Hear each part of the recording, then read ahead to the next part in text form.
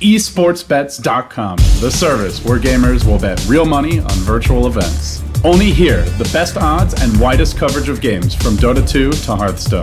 We have over 200,000 users registered. Join us. Prove that you are the best versed in esports. Who will get the first blood?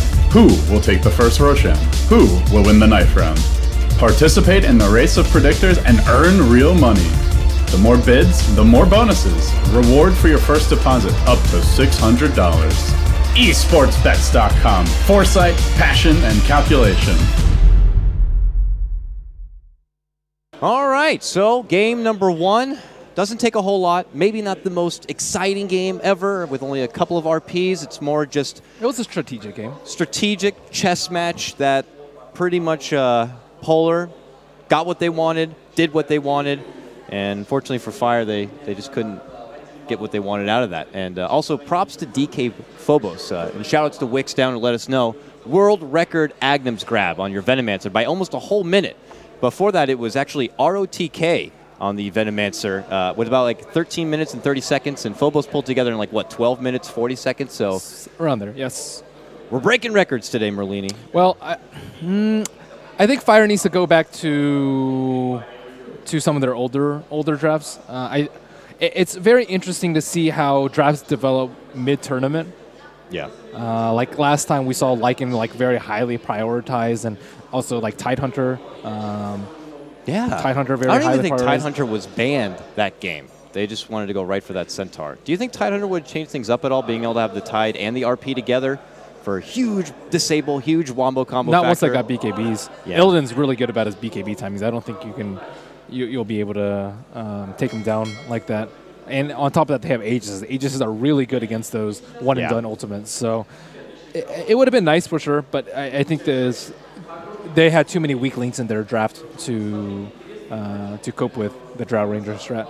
Yeah, so we'll have to see if they want to change things up here for game number 2. So for this go-around, it's going to be Polar with the advantage of first pick on Radiant side, and it's going to be Fire with the second pick Dire side. So we'll see if they look to throw together maybe a Roche lineup themselves, or just try to overall change things up a bit. Maybe they can finally get a hold of that Wisp.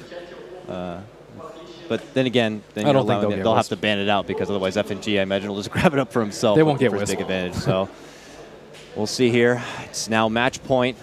This is a potential elimination here for Fire. Both teams look to shake this one off, and well, here we go. Draft is going to be popping up underway here, and my oh my. So you're looking for Fire to go for something that they're comfortable with, that they're used to going for. Is there anything that maybe they've been neglecting? Faceless Void, I think. Faceless They've been neglecting a lot. I know TC used to play just so much Faceless Void, even going with the Battle Fury Faceless Void, just prioritizing getting a hold of the farm and then looking to shine his non-existent face into the battle and being able to bring it home with some severe right-click. And no surprise, obviously, Fire eliminate that Wisp so they can't grab it up. They get rid of the Slark. On the side of Asus.Polar, eliminating the Jug. And a Doom ban here. We only talked a little bit about how Mike had been playing Doom recently in pub play, but I feel like this is something like they want to make sure they can get what they want without Doom countering it, and it's going to be another brew opener here from Polar. They found a lot of success with it in the last game, and they're just going to keep going on that. The Doom ban's smart. It works decently against Slark and decently against Brew, and one of those is going to be left in the pool. And I think giving them Brew last game was a mistake, even though it didn't really do that much. It's difficult. It requires a lot of resources to control, and if you let him farm up his blink, he's gonna wreck you, especially in the off lane. So yeah, Fire will go for a Drow Ranger of their own, as you said. You know, maybe they might go for a Roche strat. Yeah, they're going for a Roche strat. Vengeful Spirit Drow Ranger, Dire side. This is the formula for being able to take a hold of a Roche early on. And obviously something that Polar are very familiar with. So getting that bit of intel, we'll see how Polar look to use it on their own. And Fire, well, they already saw Polar execute a game plan just like this very, very well, and maybe looking to harness it themselves. Ush, you're a typical Drow player. Very, very good. And Puck now going to be banned out from Polar. Something that TC did run alongside with Ush's Drow. Maybe just kind of going for a bit of lockdown, a little bit of space creation, but now they're not going to have that benefit. Polar doing their research, man. I think Polar might... I think it's more important for Fire to get the Batrider early. Again, like Batrider is just by far IX Mike's best hero, and they have first pick coming out of this next phase. So if they really wanted the Drow and were afraid of Polar getting it, then they could have just taken Venge, Bat, Drow. And I also still think they need to go for a Venomancer ban. Actually, maybe not versus this. They can also use Venomancer. TC plays that hero. TC does play that hero. Even Fluff has played Venomancer as like a support Veno. Haven't seen it in quite a while, but it's something they have in their back pocket in case they want to pull out. Asus.Polar, well, we're not going to give you the benefit like we had. They ban out the Visage, but Fire have ran Drow plenty before without the Visage, so they're just as comfortable not even having the typical partner there. Fire Dota do a nice job. They get rid of the PA, but they also, more importantly, I say, get rid of the Axe. Just someone who's also able to get in the face of Drow, close the gap, and really be a nuisance there. I think that's just a priority ban. But Polar don't ban out that Batrider, so if Fire want, they could grab it right here for Mike. 10 seconds. We'll see if it's going to be something. I wonder if we'll see a Bristle too. You generally want a higher armor hero to deal with a Drow Ranger. Axe pretty good. Dazzle already pretty good. Brew excellent if you can get off the split. So let's see what Fire proceeds Illidan into. has played. Are you saying for Fire to play Bristle? No, for Polar. Illidan has played Bristle a lot. I know he played it all the way through, and DAC definitely in the back end of the European qualifier. A hero they are very, very familiar with. And it looks like it's going to be the go-to Lion again here for Fogged, I imagine. And in the last game, though, it didn't work out too well. He's going to expect to blitz forward to get a hold of that Blink Dagger. And now it's going to be the Lion Vengeful combo. A lot of lockdown there. And on the other side, Polar grab up the Centaur Warrunner for themselves. And in response, Fire get their IX Mike Batrider. Centaur is a hero that was popular before Lion got popular, and now that Lion's more popular, I think that Centaur might come back just because his Stampede counter initiation to Lion Hex is fantastic. It is just amazing. Whether you're a little critter or not, you're going to be able to run away at full speed. So that certainly does help. And I imagine here with Polar in their next pick, they want to get something to counter the Batrider. They don't have the benefit of getting the prized Vengeful Spirit, but Shadow Demon maybe, something that could prevent Batrider from being able to get that strong jump-in initiation. Style, though. I don't Not their style to pick up something to counter the Batrider? Or to pick Shadow Demon. To pick Shadow Demon? I don't really think they turn to it that often, although it is a great combo with Dazzle. Is there something else maybe we can dip into here? Naga Siren. Oh, yeah. Support Naga, man. We haven't seen that as of recent. Carry Naga. Screw that. Carry Naga for Illidan? Yeah, why not? Why not? It's really good versus Bat. Is it good against a lineup like Drow, though, where they want to take objectives and really push? And they have the heroes to stave it off. Like a Centaur and a Brew. That's true. Is really good at stalling out. Yeah. Stalling out and waiting for Illidan to get big. And it's fairly unusual, I think, for people to aggro with Lion. And aggroing with Lion Drow is very, very risky. And if they can secure Naga's early farm, I think it'd be great for them. They have a lot of options open. They didn't really target too many Illidan heroes. Yeah. Just getting rid of the PA seems to be, and the Slark, or the two Illidan grabs right there. But he definitely has potential to get other things. Even a Medusa is something that he's gone to as of recent. In this particular lineup, though, I don't know. Medusa, I think, could work. It's not like you want to really bring up a Medusa and bring her into your team. I think it's too risky. Medusa doesn't really offer that much in like high ground defense 20 minutes in. Like, again, whenever you play against a Drow Ranger, you're worried about the game ending in 30. So I don't know, from yesterday, Polar, even with their Medusa, they were happy to take the game all the way to the bitter end, even if they had Megas for the next 20 minutes. They're like, we'll get a Rapier, and maybe, even if it seems like a 0.02% chance, we'll be persistent. Wow. This is like what we saw yesterday. This is a lot of defense, a lot of support. Abaddon's great here. They love to just like, and I didn't get to say it, but like, you know when you see like the president comes into town and he's gotten the one SUV, but then there's like a whole line of police cars and protection coming down the street. That's like the Polar way. It's like we got Illidan and we just want to make sure we guide him into the promised land as safe as possible. I mean, how are they going to kill someone with Abaddon being there? They already did both get their supports. I was going to say, you know, AA would be nice against this heavy sustain, but unfortunately they've already committed both the Lion and the Vengeful Spirit. Unless they throw out core Vengeful Spirit, right? But we'll see. There's just so much defense around Illidan. Abaddon's tough though for positioning. When Batrider gets forced, like Abaddon almost never can save through the lasso. just because he rarely has items of his own to cope with that. That is true. So they didn't go into, that kind of counter Bat Rider play. So Bat Rider, as it looks here, not really going to be stopped if he jumps in there and gets that nice pick. But we'll have to see. 10 seconds remaining. As we get ready to approach, it's the final banning phase here. They know they have to prioritize a Illidan hero. They're going to ban out that Bristle we talked about a bit. And on the side of Polar, they're looking at what looks like potentially TC's hero here. And they do ban out that Venomancer. So Bristle would have been huge. Oh, the Invoker. Nice. Have we seen much Invoker recently? Have we even seen Invoker yet at this LAN? I like Invoker. I thought it was going to be picked a little bit yesterday, but today's better than that. Maybe they could be anticipating Medusa, and they're like, we'll just get the Invoker now to be safe. I'm not too sure, but I don't think they'll go for Medusa. Dazzle Abaddon's more like your Superman, like a Starladder Bristle sort of hero that you're looking to beef up. So I think it's going to. I think it's more that sort of route. Invoker does, it does show up against potential Medusa picks. Yeah. Slardar.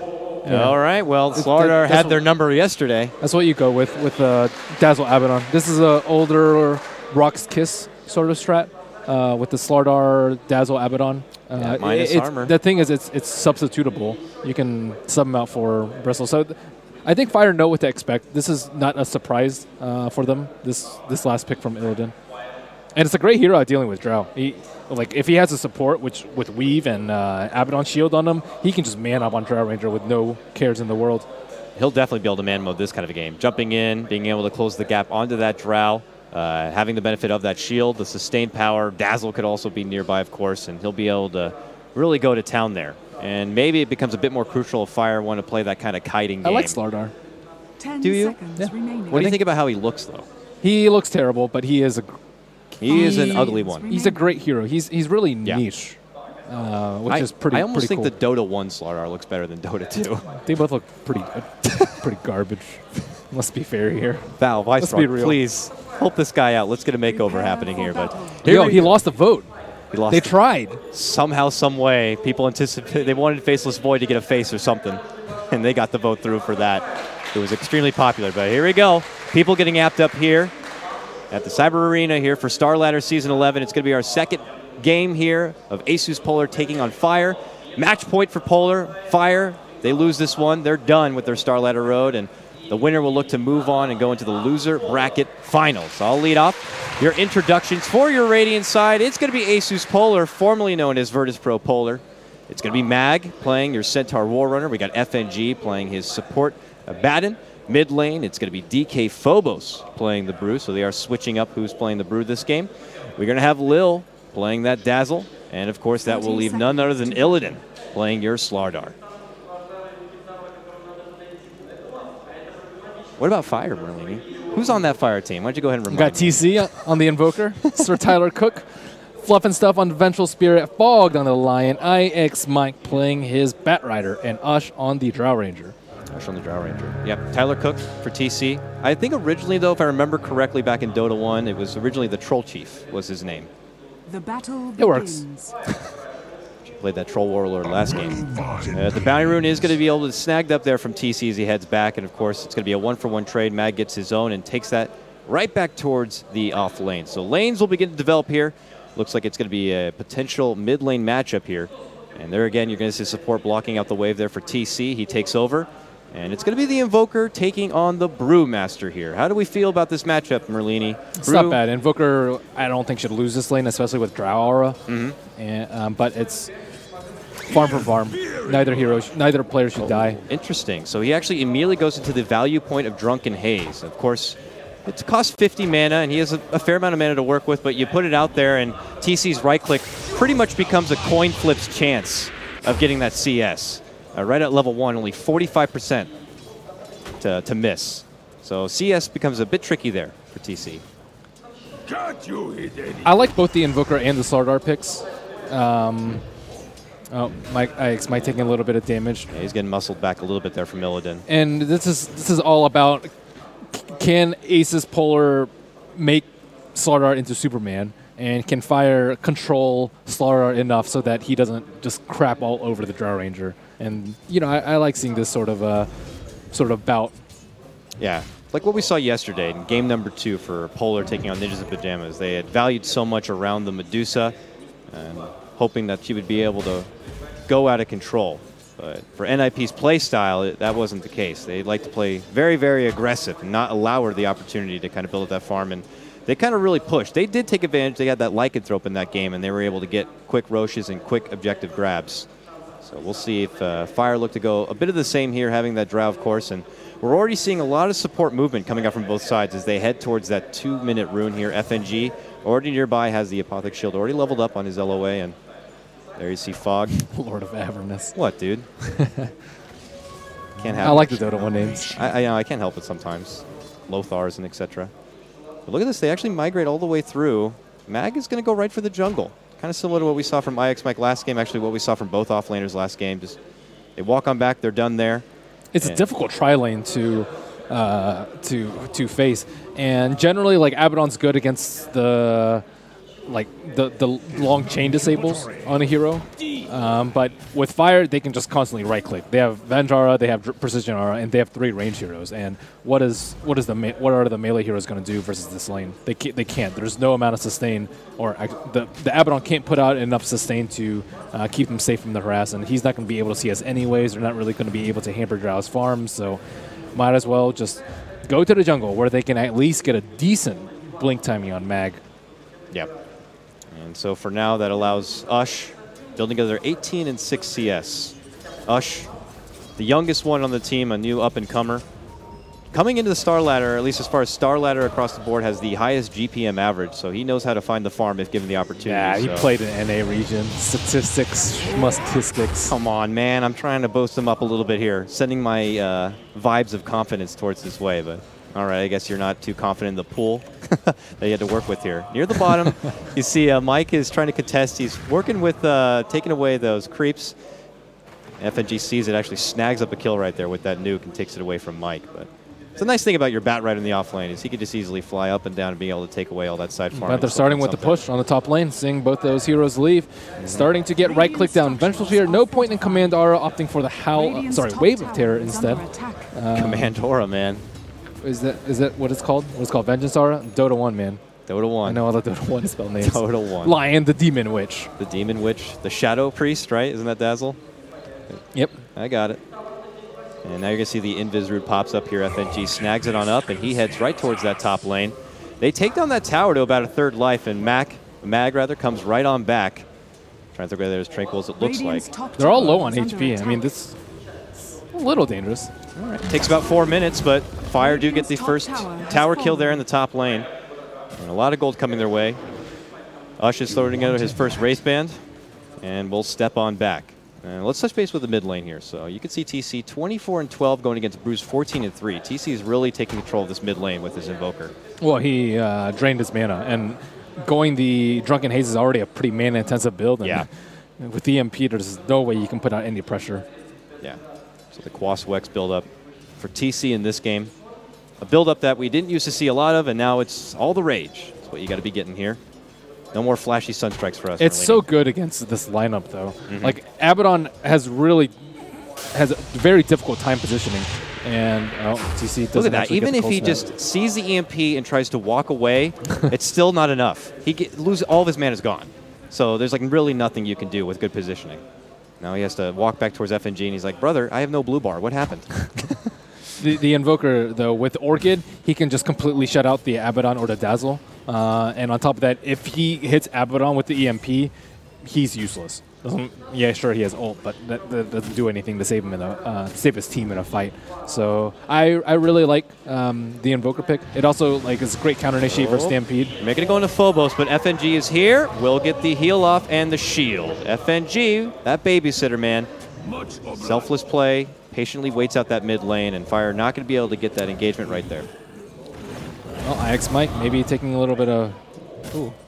Mag's like, my troll, mine.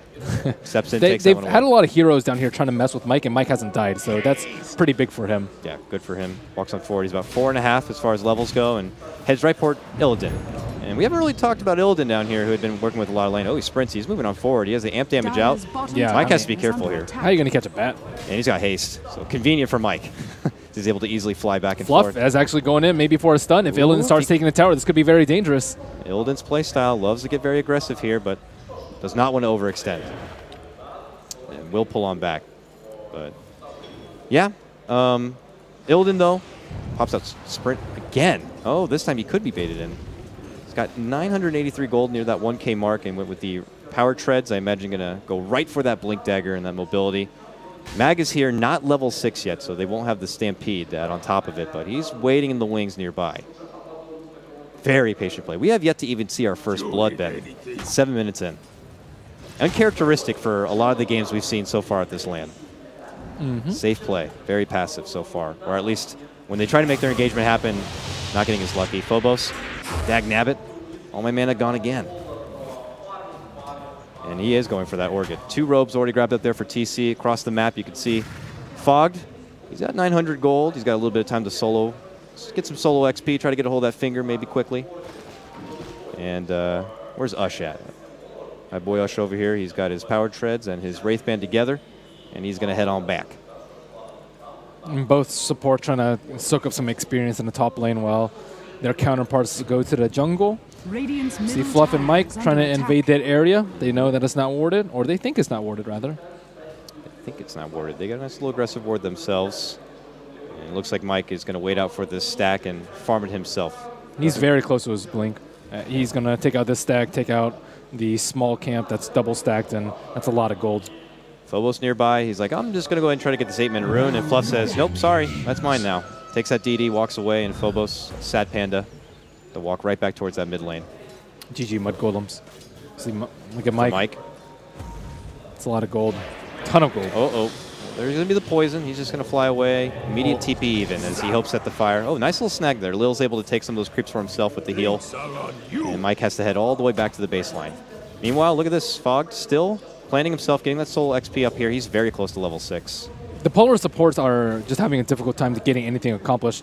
Well, I mean, FNG is able to save DK Phobos, but even just TC alone is able to keep these 2 heroes at bay in the mid lane. And IX Mike is all up in the opponent's jungle. They're trying to prevent him from getting his fast blink and zone him out from that side of the map, and they can't really do so. Jar Ranger farming the jungle. There's no hero that can kind of prevent that from happening. And we see a smoke into the jungle, or smoke into the left side. Here we go here. Both Ush and Fluff. He's right about to hit level 6. Oh, man. Very close.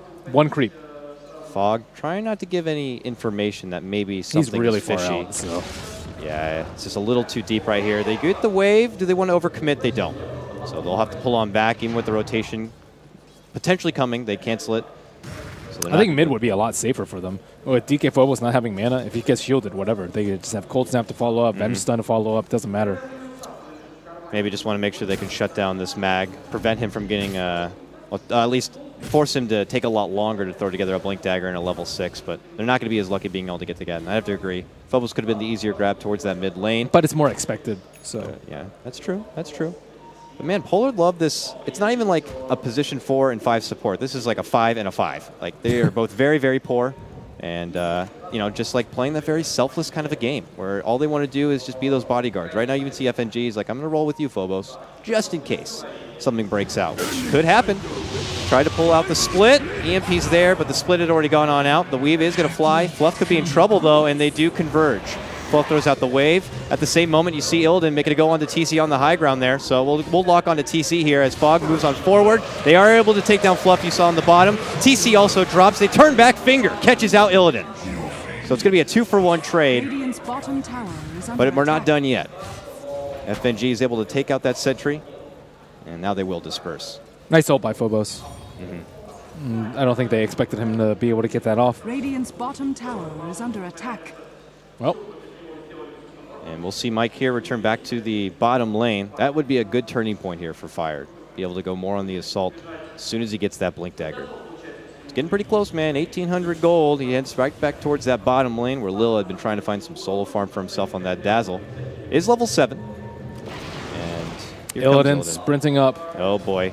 Blink in, stun, weave. The minus armor is ridiculous. Forced to pull out the lasso and Firefly towards Fluff, but it's too late. Oh, man. I think Fluff is dead, too. Mike drops. Fluff could be next. Does throw out the stun, but the blink forward from Illidan catches on Fluff, and wow, Hail Bomb coming out from Lil. blows up Fluff, and it's going to be a two-man takedown right there, and poor IX Mike is going to be put off that much longer from getting that Blink Dagger he was just so close to getting. Good stuff coming out from Polar there in the bottom lane. I mean, I'm pretty sure they saw the blink. I'm surprised that he was down there alone. Without a blink. Yeah. And with no vision behind the tower. And we'll see here. Illidan, the last game they played very passive and allowed him to just continue to farm on up. But on your Starladder now, and he already has Blink Dagger, are we expecting him to just kind of go from lane to lane, mid, finding kills? And yeah. As I say that, he's already This is what Starladder does. This is action here. Wow, that long jump across gets a hold of TC, and the stun is there. But here comes a Stampede to follow it on through. Fluff does rotate in, and Fluff could end up going down. Zoning EMP does catch on Phobos here, and here comes Mike. Flame break. Illidan could be in trouble. Heal there. He's still alive for now. Even the additional medallion. He is able to burst down Fluff right there, so it is going to be the one-for-one trade, which is in favor of Fire. But they need a lot more. Meanwhile, you can see stun catches there on Fog, throws out the Hex. TC, Tornado almost catches on two. The right click, but the borrow time is going to be triggered there. Fog drains a little bit of mana. Meanwhile, look who cuts him off. It's Ush. He's been quiet for quite a while here, but now gets caught with a rock to the face. Is going to be stunned up with the split coming out. There's Double Edge. Here's a couple of chops. FNG is fine. He goes right into the corner. He lives with that borrowed time, and Ush goes down. Oh, this is disastrous right now for Fire. Mike trying to get away from this one. Desperate to live and make sure he secures that Blink Dagger. Speaking of Blinks, though, Fog got his own, blinks forward, and does zap the Panda on the ass. Takes him down right there. Big fight for Fire there. Very nice EMP from Invoker at the tower. He separated. Oh, Illidan went forward, but did not get the stun, so the Tornado's going to be there, plus the EMP. Illidan. Wow. We'll step on back and away. Great reactions from TC. But he's been having some really nice EMP. It zoned the Starladder out from the rest of his team, and that isolated him, got him killed, and yeah, he had a very fast Trez Blink Dagger, but he's died twice. He's actually 0-2-4 even after the attempt on Mike and the kill on mid. Mike's like, I just need to get this frickin' Blink Dagger, guys. So now he goes to the jungle to work with the Potato and Tomato. Should be able to farm it up here. Just less than 100 gold away. Ush doing Roche solo. Ush does have his Yasha. They know he's there. They pinged it out. Actually, they're speculating that he's there. FNG has a smoke. He's going to walk in and pop this. No, he's not. So he pinged it out, but he didn't actually go. Maybe they'll make a go on mid instead, where Mag is already getting jumped. Mana drain's there. They pull the Stampede, and now it's them on the chase. Jumping forward, they just annihilate two of the Fire squad. TC and Fog both get taken down. Oh, no, they're going to beeline it right to Roche at this point, and it's already so low. This is going to be disastrous if they move onto the pit, and they do. Jump in from Illidan, stuns the both of them. He could take him out. He could take down Roche. Gush is going to put him back. Ush does grab the Aegis just in time, though, and they able to get the kill, but that Aegis will be popped. Fluff will be taken down, and that second life will also be taken. Fire may have gotten the Roche and the Aegis, but that is disaster for them. Flame Break, though, puts FNG on the high ground without a TP, but still, very big fight there for Polar. Oh, and they want more. They're moving on to Mike. Mike did buy his Blink Dagger at this point. He's hiding through the trees. The stun's going to be there. So's the weave. Moving in is going to be Mag. Gets stunned out from Fog. Mike is able to fly away. Shallow Grave preemptively to help save Mag with the Tornado and the Flame Break. And your Centaur will be roasted and toasted. Fire just wasn't on the same page for that fight. Two of them were in mid. One was doing Roshan. One was farming his Blink Dagger. Blink forward stun, Illidan, Magic Missile as well, EMP, and Fire felt they got a little too far, and now again they move on to Fluff and they take him down. Another quick support grab onto the Vengeful Spirit, and now TC, stun, locked, ooh, big heal damage right there.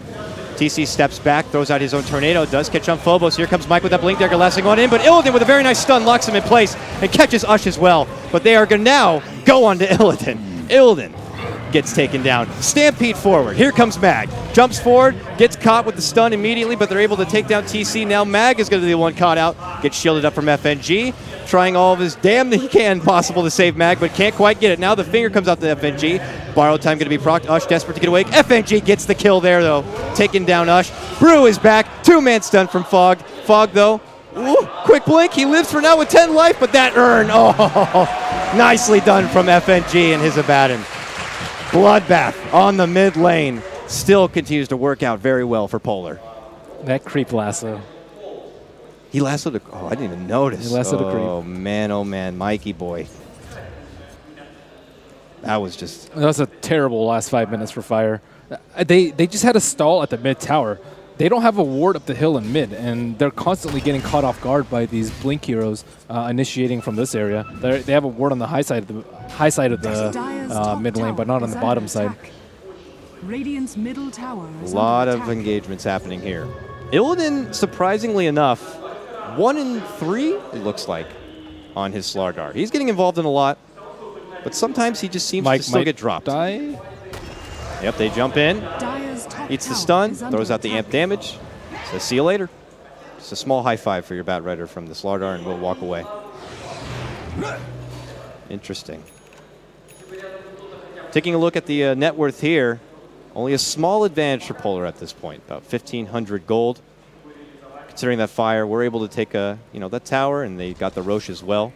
They were Certainly does help out. They were so close to so many items. Like, Invoker almost had his Orchid. Blink Dagger was almost up on Bat Rider, and Drow Ranger almost had the Aegis in her inventory. And then all that just got blown up by that Dire's engage in tower middle. is under attack. TC playing it safe, throws out the Tornado, knowing that a lot of them are missing. And here comes Illidan around the bend, sprinting forward, hustling, and Andre's going to let us know that these streams have apparently gone down, so we do need a moment. So good guy Andre wants to make sure that we don't miss any action, or at least the viewers at home don't miss any action. For you and Dota TV, though, I know you're still hearing us, so Ben, be careful with what you say. 5-0. FNG. That What a is player. the hard position 6, position 7 kind of a role. He's owning. Yeah, man. But He got in there, and he just, the last-minute saves, he was just like, I got to make sure I take Ush down, gets it done there, turns back on the Fog. they were really close. He almost killed him with the finger above the HP threshold. Since it does 600 damage, you can actually kill him before he pops the Abaddon ult. One of the few skills I think that can do it this early. But he was just off, and that actually cost him a lot. Cost him 2 deaths. One on Drow, one on Lion. So So it felt like Fire, they just needed a bit more time to itemize. They needed the Blink Dagger on Mike. 25 seconds, 30 seconds they maybe? needed that Orchid together on TC. Just was very awkward. They're like, well, maybe we can go for this Roche, and then the engagement on the mid at the same time. I think it was like, they're probably like, okay, let's create space. Let's create space for Ush. And they went for an engage, but they didn't have any way to back out. Not against the Blink Daggers. If they use Tornado to initiate, you're done for, unless you have a Ghost Walk. But that's not very good against the Starladder. So they went in without a game plan. I think if they used like Cold Snap or EMP, just like EMP, just throw it out in zone, and then after that, just chill at the tower. So that was the biggest. That was a huge mistake. It was a seemingly small one. It's like, okay, these two heroes go for an engage, but what the ramifications for that play is profound, and it completely changed the entire game. But I wouldn't necessarily, obviously count Fire out at this point. Those items are going to be coming together regardless. Do you think it's not bad. There's potential for them to still make a big comeback here in the mid game to be able to? Yeah, they're not that far behind in gold, and Starladder has actually died a lot and hasn't been able to survive a lot of these engagements, even with a Dazzle and an Abaddon. Eventually, the Brewmaster is going to peter out, and the Starladder is going to be forced to get a BKB at some point. So. I don't know. I think a lot of it's still on TC. TC has to make big plays. IX Mike has to lasso real heroes. And it's, because Illidan is not really able to come up with some of these kills, maybe FNG, the KS Lord, being able to take him away or not, but, he only still has that Blink Dagger. Ever since he got it, he's just like, I got to ball out of control and get involved as much as possible, and now he only has about 1K to his name. So he has to fight. It's going to be a bit before he gets a hold of that BKB. Actually, I don't know if he actually needs a BKB. It depends on how well they can control Abaddon. If they can't control Abaddon, then he doesn't need a BKB. But if they can, then he definitely needs one. Well, I guess what also plays into factor is if you're Mike and if you're playing, if you want to go for the lasso, obviously you don't want to be getting creeps. But if you are looking to focus someone, is it going to be Illidan's Starladder that you want to be able to snag up ideally? I don't know. If they do that, they just like blink in with the other two badasses, and then the badasses, the Centaur and the Bash Brothers. Yeah, so I don't know. You always have to play it by ear. There's no ideal target. Yeah. You just got to hope, though, that if he does make that kind of commitment, let's say the ideal scenario, Mike jumps in, gets a hold of Illidan, pulls him on back, And TC is going to be right there with the Tornado EMP to hopefully stop those two from being able to blink and forward. Impale Finger on Starladder. Yeah. The problem is the Abaddon doesn't have the mobility, so they have to have the other two buy time for him. And it's probably Max Grave on Dazzle. Yeah, so he has Max Grave because he knows that he needs to get it off on Slar. I mean, it's no question that Fire are going to have to really dish out some serious damage to break through all that healing potential from the Polar squad. They have a lot of damage, though. Yeah, Usher will be there in the back lines, or I hopefully will be there in the back lines in a nice optimal position to really unload with that right-click damage. He's got his Yasha and about 1,300 gold. So where do we take it here from your Drow Ranger? I don't know. It's really difficult for Drow Ranger against a Centaur. Like, if you gust someone, they would just stampede in with everyone else and just own him. So I don't know. Blink Dagger maybe, just for the extra Blink Dagger, mobility? I was thinking about Blink Dagger. Blink Dagger is pretty nice. But still, it always depends on Invoker. If Invoker can catch those heroes, drain their mana, especially before BKBs, then he can go whatever item he wants. He can go Mask of Madness and plow him through. He might opt for some lifesteal just so he can increase his farm, because he's been forced to fight a lot, as has Starladder. And both of them need more items going into the later game. And TC, who does now have his Orchid, we see a lot of Quas, Wex, Invokers with Orchid. Love to run around the map and maybe find some picks themselves, but is there really an easy target anywhere on the side of Polar? Even the support. Well, once this tower's down, if this tower falls in mid, I think a lot of the action is going to disperse, especially until the next Roshan. And heroes will start to farm safely. One of the problems is they have the Stampede to counter a Ghost Walking Invoker around the map. So just a reminder, folks, we are on a pause as apparently, according to our lead admin, both streams, our American English one and the Russian one, are down. So we wait for them to get back up and online. This is, of course, for anyone in Dota TV probably listening, or maybe if we are back up. And we'll wait it out. This is game number 2. It's only our first series today for day number 3. We have 4 more best of 3s coming your way today. At the end of the day, we'll find out what teams are going to make it into the lower bracket final and what team has made their way all the way through to the grand final from the upper bracket. And the upper bracket final is going to be the Ninjas in Pajamas taking on Empire. Really strong matchup. And as we go through this lower bracket, of course, with Polar and Fire, the winner of this will face the winner of, what is it, Navi and MVP Phoenix. That should be a nice little spicy matchup. We'll have to see. But for the match at hand, Fire, obviously. It's 15-6 in advantage for Polar. Not as significant of a net worth lead, but Mike apparently showing off his native tongue. Stop saying bad words. I'm 14, says FNG. He does kind of look 14. I don't think anyone looks younger than Ush, though. Look at that baby face. Not his first LAN. Remember, a lot of the squad from the Sneaky Nyx Assassins were at the ESL New York event. So some of these members have definitely... They didn't get any experience there. They were one and done. Maybe that was just their warm-up, their LAN jitters getting out of the way. They've definitely found some success here, though. More success here than they did at New York, so I guess that's something, right? An overview of our brackets. We have 6 total matches left, including this one. Yep. So this one or 2 games left. 3 more BO3s today. Empire and IP on the left side will be our last match.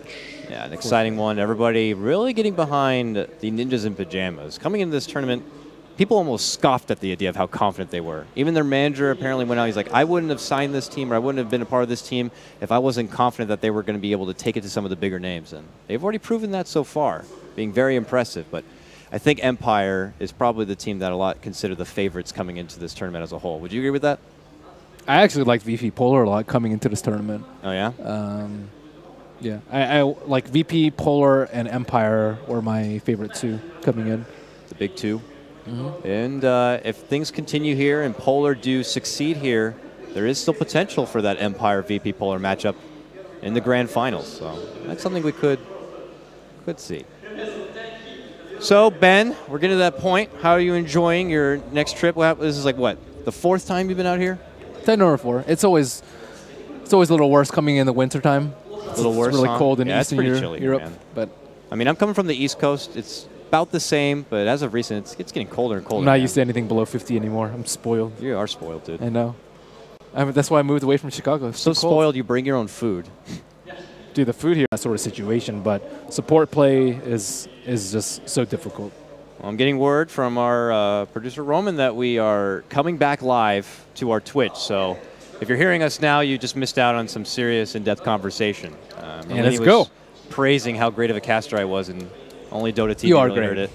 Thanks, man. Oh, we are going to get back and underway. Woo, woo. All right, so let's touch base. Where the hell were we? Looks like Polar pushing down this mid. That tier 1 disastrous tower. 5 minutes just happened for Fire. Yes, that's right. They weren't able to itemize. They needed just like 30 more seconds to a minute to be able to get what they wanted, and this has now allowed Polar to get a big fight in that mid lane. They get that tier 1. Fire in enemy territory here as 4 with Ush in the DD. Maybe if they can get a straggler on the way out. But 5-man smoke wrap around. I think they know what is happening here from Fire. It's going to be popped immediately. Fog immediately pops out. They even pull out the Stampede, but nice dispersion happening here, like cockroaches. Fire just step on out. That was a great play by Fogged. Kind of like what Mike did with the smoking the other day. It's just like hide in the fog, wait for them to get revealed by the observer ward, and then just bounce. Get the hell out of there. They have very good coverage. Like, there's this tiny blind spot over here, but they saw the smoke pop. Looks like Ush trying to use. They jump on forward to get a hold of him. Weave's going to be there. Swap back from Fluff, but Illidan still has Ush in the crosshairs. Looking to sprint on forward, and here comes Phobos. Ush is going to be in big, big trouble. No more Gush, no more nothing, no more TP, nowhere to go. He's going to get dropped. Fluff hides in the woods. He's got no TP. He's just like, please, please, please, please. Nope. Oh, God. There's Illidan. That ugly Starladder face. He's able to take him down. That is a double kill. Drow was never safe. Drow's never safe. Starladder can just hunt her down to the ends of the earth. Defensive swap. It doesn't matter. He has 503 move speed. That 5th pick Starladder really paying off for him right now, man. Being able to get in their face. And here's TC. He's running around looking for maybe something to get a hold of here. Mike nearby. But Fire do drop another big team fight. Allows Polar to move in and get another objective. Fight objective, fight objective. That's what it's all about. And Polar continue to stride here. Game number 2. Dire's top tower is under attack. FNG, man. 5-0 on his about. And using a bit of that farm. He's got the staff, probably looking to go for the 4 staff. And Mag will step on in. So it's not looking good for Fire. They're okay in terms of metrics, but the overall flow of the game is Drow Ranger just constantly dying. She had a very easy lane on the top. The 2 opposing heroes she was up against just completely ditched the lane, and she has not been able to find any sort of impact other than being able to take down first Roshan. But even that was met with a lot of resistance from Polar. And on top of that, TC hasn't been able to find that many kills. He was well on his way to like a 13, 14-minute Orchid, and then that unfortunate series of events happened. And now, I mean, Asus.Polar has enough farm to kind of weather the storm. Fire got to look to dig deep at this point, try to pull out a big team fight, fall through Roche. But as I say that, Illidan jumps forward, sees Mike amp damage, gets 3 strikes. Back comes in, he gets lassoed, but not much Mike can do. Just easily scouted about and taken down. Another successful jump in coming out from Illidan on his Starladder. Kill after kill. And he's going for the next one. Right behind the tower. They move on forward. TC already on the way out under the Ghost Walk. And Phobos targets Fluff, move forward, clap, stomp, Fluff, can't get away. There's going to be the rock to the face. Fluff is going to drop here. Fog sweeping forward, but the Cyclone, maybe Fog can try to get off a swap blink or something. No, Fog might have to sacrifice his own life, trying to run away. Fluff goes into the trees, and Fog goes down. Meanwhile, mid lane, it doesn't stop there for Polar. They move on to Ush, gets off the Gush, and he will be brought down from the urn. Merlini, I'm feeling like the tilt is beginning to build up here for Fire, unfortunately, here in game number 2, 20-6. It wasn't too much of an advantage for Polar going into that pause, but coming out of it, that advantage is just beginning to skyrocket. It was all that fight in mid. Yeah. That fight in mid that led to the Roche, and everything fell apart for Fire there. The thing about Drow Strats is it's... Oh, Illidan. Oh. TC's able to get away. Mike, though, will also go on out. Yeah, the thing about Drow Strats is you're supposed to be ahead at like every stage of the game, I think, starting. Oh, Fluff again, just trying to push out on the side. Could get caught out here. No split, though, so Fluff will be able to make it away. Barely. No crit either. Thank goodness for that. Yeah, the RNG working for Fluff or not working for Phobos, how you look at it. Unable to finish off that Vengeful Spirit. Fog nearby, does have the burst, but he needs backup here. You can see TC is en route, hoping that Phobos will still be around, but he just blinks to the low ground and is conveniently on the way out for himself. Hey, the tornado does catch here for TC. Cold Snap, trying their desperate attempts to catch up with him. He's got 25 more seconds before he can get a split, but they are working so hard even to get the brew, but Flux shows up. So there's that Stampede coming into play with the Hex. He's still good, 25 life, and he's going to be A-OK. Oh, unsuccessful right there. Another hit to the morale for Fire, not being able to get that one. Barely miss on the Impale, barely miss on the Wave of Terror. That is very unfortunate for them. And yeah, as soon as you fall behind in terms of metrics with Drow Ranger, things are going to start to be very, very poor. Just because she can't play on the defensive, just because of the way her skills work. There's Illidan again. He sees Mike, and that is going to be a dead bat. These two, man, able to jump in so easily. Illidan just sprints on forward, shows up, gets the amp damage. Mag with the follow through. And now we see BKB on Sardar. Oh. They have almost nothing on BKBs. A little bit of draw right click, but that's going to go out the window when he starts sprinting towards her. Phobos jumps in, clap onto Fog. Can't get the split off in time, does get immediately hexed. Oh, nice mana drain there from Fog. Is going to prevent him from getting that. Meanwhile, Illidan does get a swift kill, taking down Ush, but mid lane, you can see right there, Fluff is also going to get dropped, make it now total of a 3-for-0 if you count Mike's drop in the bottom lane.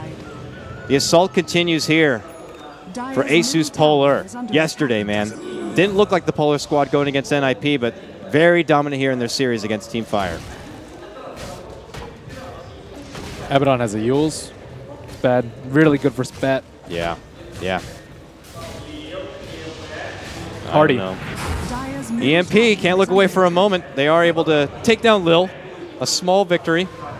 They'll take what they can get, but if you look away, Mike gets taken down again. Unfortunately, right there, Phobos coming up with that one. An all-out assault. They now will also take down this Tier 2 tower. Polar very, very in control at this point, feeling like it's their game to lose, and if they want, they can even go back and wait out for the Roche and take it themselves very easily. Can Batrider make the plays here in the Roche pit? I mean, what does Fire do at this point? Their heroes are useless versus BKB. Drow doesn't have enough farm to stay in the fight and man up. They don't have Roshan control anymore. It's looking grim. It's looking grim. All or nothing play might have to come out sooner than later. I guess one of the best case scenarios is making that attempt to counter the Roche, but that's proved to be unsuccessful, and Asus.Polar are able to grab a hold of that Aegis. It just becomes very, very slim odds for Fire. And for Polar, though, we got to give him credit, man. Put together a very, very strong game plan. I love the last pick Starladder, man. It has just proven to be such a tirade this game.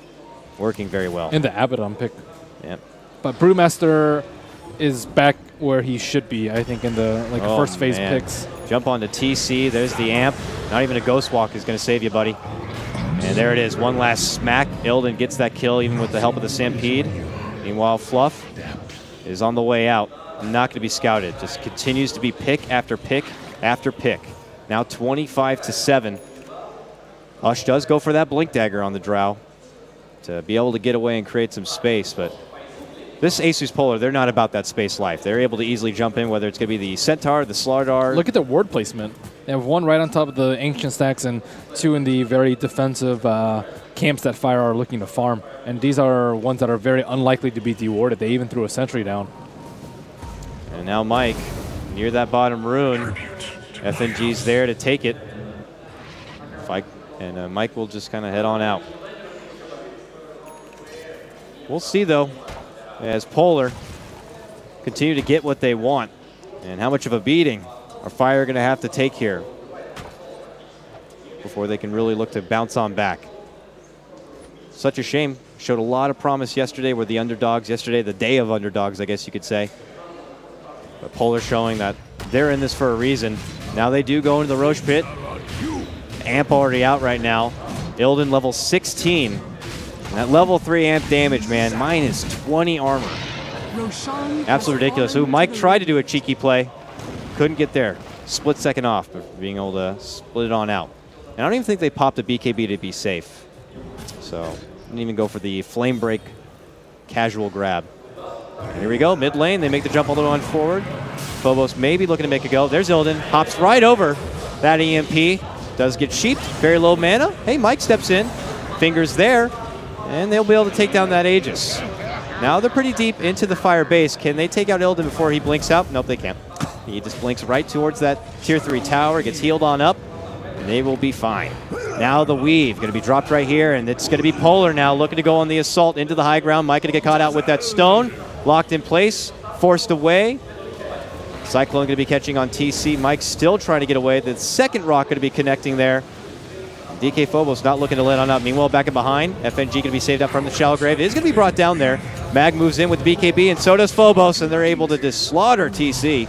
And meanwhile, Illidan pops his own BK, looks to go on in, but there's going to be the swap. They're trying their best to kite out this beast of a Starladder, and they do survive. It ends up being a 1-for-1 trade. Still advantage for Polar, trading the Invoker for FNG. If they keep having trades like that, Fire can come back, but that's depending on a Starladder getting lassoed to a T4. Yep. And, of course, counting on Polar being a bit too overzealous. Polar can afford to, maybe even lose a fight like that or two. They need the Illidan throws. Yeah, the Illidan factor. Something I haven't seen in quite a long time. Yeah, he's been very patient with his play. I mean, even yesterday against Ninjas in Pajamas, it wasn't like he was overthrowing. It's just that Ninjas in Pajamas just kind of had their number and didn't even give him the space to work. But here we go. This could be one of the YOLO smokes now coming out from Fire. They smoke up. Mike leads the charge. Sees Lil. Lil throws out the poison, but it's welcomed up with a lot of harassment. And they will take down that Dazzle. A small little boost right there for Fire. Very minuscule. And after Dazzle's dropped, buys that gem. A bitter gem. Drow still can't really touch these BKB heroes. I mean, I saw her plucking away at the Brewmaster last fight when he had his BKB on it. Yeah. It's also a little sad to see the damage. Very hard for TC too with all his BKBs. Not like he's going to be able to really go off the rails. But now they migrate, move on through the polar jungle, maybe looking to see if they can scout anyone here in the bottom. But no one's there. Instead, with that DD on Ush, he'll take a tier 2. And they get that grab. Well, Phobos splits, looking to go for a tier 2 himself at the top lane here. We'll see. Mike's nearby, waiting, maybe to see if he can get some backup, but at the same moment, FNG is also nearby. With that Yules, if Mike wants to make a jump in here, we'll get quickly welcomed with a treatment to the skies. And he has a gem, so he knows that he's safe right here. Completely safe. And it is going to be grabbed up from Phobos. He's going for the Agnum's grab, not your typical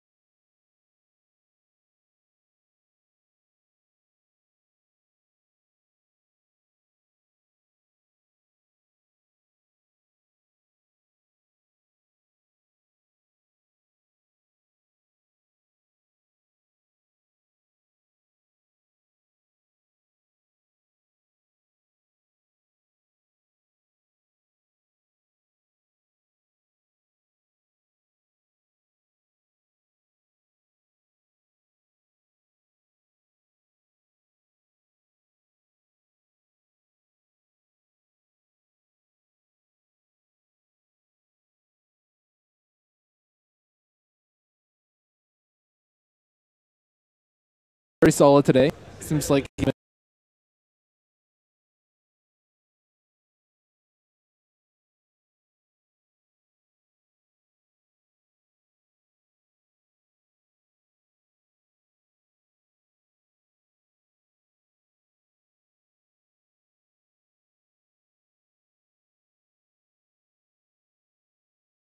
qualifier run going undefeated. They come